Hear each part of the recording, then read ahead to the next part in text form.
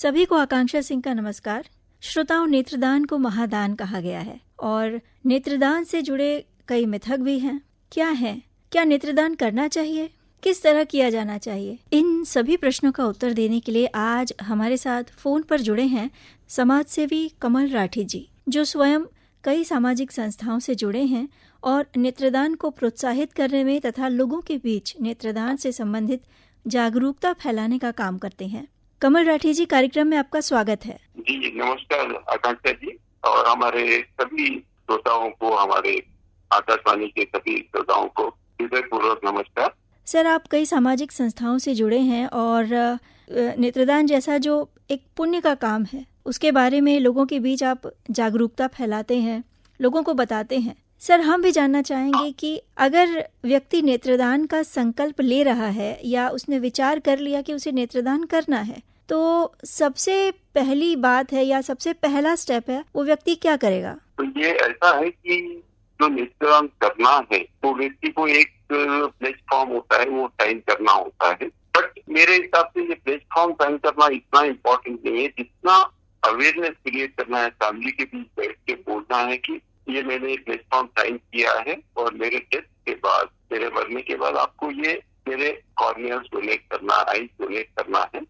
ये घर में बताना पड़ेगा, नहीं तो घर वालों को पता नहीं होगा कि उनकी इच्छा क्या है, पर उन्होंने प्लेटफॉर्म दिया है या नहीं ये किसी को पता नहीं। तो वो घर वालों पे भी डिपेंड होता है बेसिकली। और प्लेज ना भी करो तब भी घर वालों की आखिरी इच्छा होती है। ऐसे कोई जरूरी नहीं है कि प्लेटफॉर्म साइन ही करे, लेकिन घर वाले अगर चाहे तो नेत्रदान वैसे भी हो सकता है, बगैर प्लेटफॉर्म साइन किए भी हो सकता है। जी, अगर व्यक्ति की स्वयं इच्छा हो या फिर व्यक्ति के जो परिवार वाले हैं वो इच्छा जताएं तो नेत्रदान किया जा सकता है।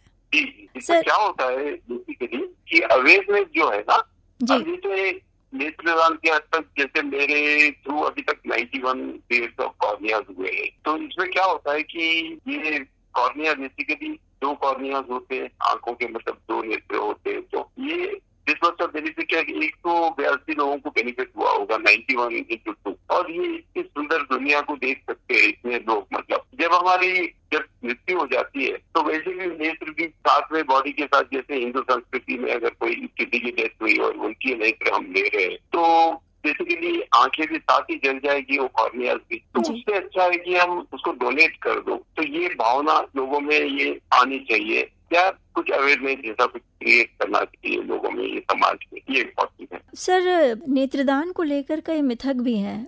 कई बार सुना भी गया है कि नेत्रदान अगर हम करते हैं तो अगले जन्म में हम या तो आंखों की रोशनी से वंचित रहेंगे या तो नेत्रदान करने के बाद व्यक्ति का जो चेहरा है वो कुरूप हो जाता है, आंखों की जगह गड्ढे बन जाते हैं। तो इस तरह के मिथक भी हैं। नहीं, बल्कि देखिए ये होता है कि ये जब कॉर्निया निकालते हैं ना, आपको पता भी नहीं चलता है कि कॉर्निया निकाल चुके हैं हम लोग अंदर से। मतलब खाली ये ऊपर का जो हिस्सा होता है, मतलब पूरी आंख कट नहीं होती है। ये जो कॉर्निया का जो हिस्सा, ऊपर का जो हिस्सा होता है ना, वो निकाल देते हैं और फिर आंखें आई लैशेस से बंद हो जाती है। तो ऐसे कुछ भी पता भी नहीं चलता कि किसी के नेत्र निकाले गए हैं, मतलब ऐसे कोई नहीं है। और आप जो बोल रहे कि अगले जन्म में शायद ब्लाइंड, अंधे पैदा हुए, ऐसे भी कई लोगों के मन में चलते रहता है। ऐसा कोई भी नहीं है। जब हम देखिए, पर्टिकुलरली अब मैं संस्कृति की बात करता हूँ, हिंदू संस्कृति की बात करते, हम तो शरीर और आत्मा की बात करते हैं। जब आत्मा ही निकल गई तो शरीर का क्या वो है, हमारे हाथ, हमारे पैर, हमारे नाक, कान, इसका क्या इम्पोर्टेंस रहेगा? जब शरीर ही, मतलब आत्मा ही बाहर हो गई है शरीर से, तब इसका क्या इम्पोर्टेंस था? तो ऐसे कोई नहीं है, गलत है ये चीज, सोचना गलत है। मतलब जी, कोई औचित्य नहीं है इन सब बातों का। बिल्कुल। सर, व्यक्ति की मृत्यु के पश्चात नेत्रदान कितने समय में हो जाना चाहिए? ये बहुत इम्पोर्टेंट है। इसमें क्या है, 6 से 8 घंटे तक तो कोई प्रॉब्लम नहीं है, लेकिन इससे सेफ्टी फैक्टर एक इम्पोर्टेंट है कि जिस आदमी की मृत्यु होती है, जिसके नेत्र हमको दान करने हैं, तो हमको कुछ वो टिश्यूज जो होते हैं अंदर कॉर्निया में, उसको फ्रेश रखने के लिए हमें कुछ सावधानी बरतनी पड़ती है। जैसे कि समझो एक ही फैन ऑफ कर देना, वहाँ पे एसी रहा तो एसी ऑन कर दीजिए वो जगह पे। और दूसरा ये है कि कॉटन को सोख कर दीजिए पानी में, या कोई कपड़ा, साफ कपड़ा या रुमाल, इसको सोख करके आइस क्यूब, घर में जो फ्रिज में आइस क्यूब होते हैं, वो उसके बीच में लगा दीजिए। तो टिश्यूज 6 घंटे की जगह 12 घंटे भी फ्रेश रहेंगे आपके। तो मतलब इसमें कोई 12 घंटे में भी देने में कोई दिक्कत नहीं है। और सुबह सीजन का भी फर्क पड़ता है, समर में थोड़ी टिश्यूज जल्दी वो हो जाते हैं, फिर भी 6 से 8 घंटे तक तो कोई प्रॉब्लम नहीं है। और अगर आप ये फॉलो करो, जैसे आइस क्यूब रख दो कॉटन के बीच में सोक करके, या कपड़े रुमाल के बीच में अगर आप रख दो साफ कपड़ा लेके, तो टिश्यूज विल रिमेन फ्रेश, तो आपको 12 घंटे तक भी कोई दिक्कत नहीं होती है जी। और एक चीज मैं इस टाइम पे बताना चाहूंगा कि श्रीलंका एक कंट्री है जहाँ पे आप आई डोनेशन कंपलसरी है, अनलेस एंड अनटिल अगर केस में कुछ लिखा गया है कि भाई मेरे आई डोनेट नहीं करना है, खाली उसी सूरत में नहीं होगे, वरना तो आई डोनेशन कंपलसरी है। ऐसा कोई लॉ अगर इंडिया में आ जाए तो ये तो ब्लाइंडनेस, क्यूरेबल ब्लाइंडनेस है, क्या 3 साल में समाप्त हो सकता है ये। और दूसरी इसके साथ साथ एक बात और मैं बोलना चाहूंगा कि ये जो आई बैंक है, इससे लागत ज्यादा नहीं होती है, गवर्नमेंट को इनिशिएटिव देना पड़ेगा इसमें, मतलब मेन सिटीज में अच्छे से आई बैंक खोल लो और फिर उसमें प्रोपोगेशन अवेयरनेस क्रिएट करो, तो ये काफी क्यूरेबल ब्लाइंडनेस क्लियर हो सकता है अपने जो वेटिंग लिस्ट है। और एक चीज इसी समय तो बोलूंगा कि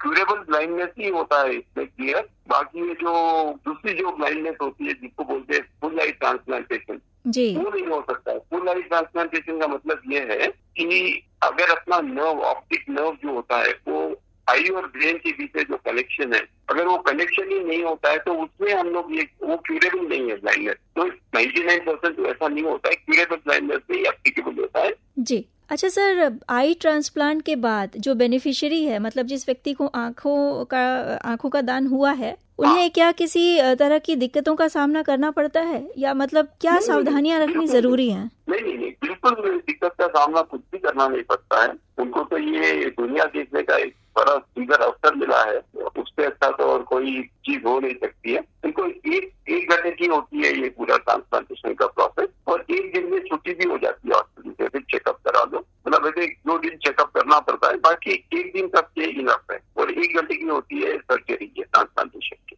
जी। और सर, ट्रांसप्लांटेशन के बाद क्या सावधानियां रखनी जरूरी है? जैसे डॉक्टर वहाँ के डॉक्टर्स तो बताएंगे, पर ऐसे कोई ज्यादा सावधानी नहीं होती है। हफ्ते भर के बाद तो सब चीज हो जाती है। जब तक आपको सन ग्लासेस रखने पड़ेंगे, 1 आध दिन 2 दिन पट्टी भी रखनी पड़ेगी, बस इसके अलावा वो कोई ज्यादा सावधानी का नहीं है कुछ। सर, चलते चलते आपसे कहेंगे कि नेत्रदान को लेकर आप हमारे श्रोताओं से कुछ संदेश कहें। मेरा एक ही संदेश रहता है, देखिए ये इतना अब जाने वाला तो चला गया, बट वो जाते जाते भी अगर कोई 2 लोगों को दुनिया देखने का अवसर देता है, इससे बड़ी चीज और क्या हो सकती है संजय जी, आप बताइए। जी, तो बहुत ही शुभ काम है, बहुत ही नोबल कॉज है, जाने वाला तो चला गया। और एक चीज है, क्या है, एक चीज का ध्यान हमें रखना है कि हम जब फैमिली को अप्रोच करते हैं ऐसे मूवमेंट पे, तो हमको थोड़ी सावधानी रखनी पड़ती है कि बहुत पोलाइटली जाके, बिल्कुल, क्योंकि वो उनके लिए बहुत उस टाइम पे ग्रीफ का मूवमेंट होता है ना, तो थोड़ी उनको तकलीफ रहती है, emotionally they are disturbed and all that.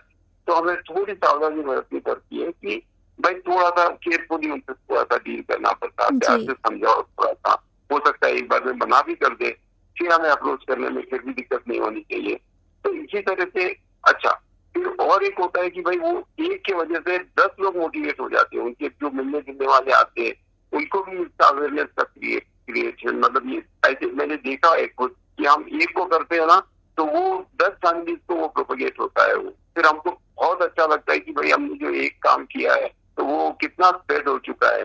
अभी मैं एक किसी को कराता हूँ आइसोलेशन किसी का, तो फिर मेरे को 1 महीने 1.5-2 महीने में कुछ ना कुछ कॉल आता है कि सर आप और एक भी हमारे कोई रिश्तेदार है या कोई फ्रेंड है उसके तक कराना है। और फिर मैं उनको बोलता हूँ कि उनको ही बोलता हूँ कि भाई आप अप्रोच कीजिए डायरेक्टली और आप यहाँ से आप कैरी ऑन कीजिए। बड़ा अच्छा भी लगता है कि किसी को इस मतलब इसमें दिल से आगे ले जा रहा है, इसको फॉरवर्ड कर रहा है।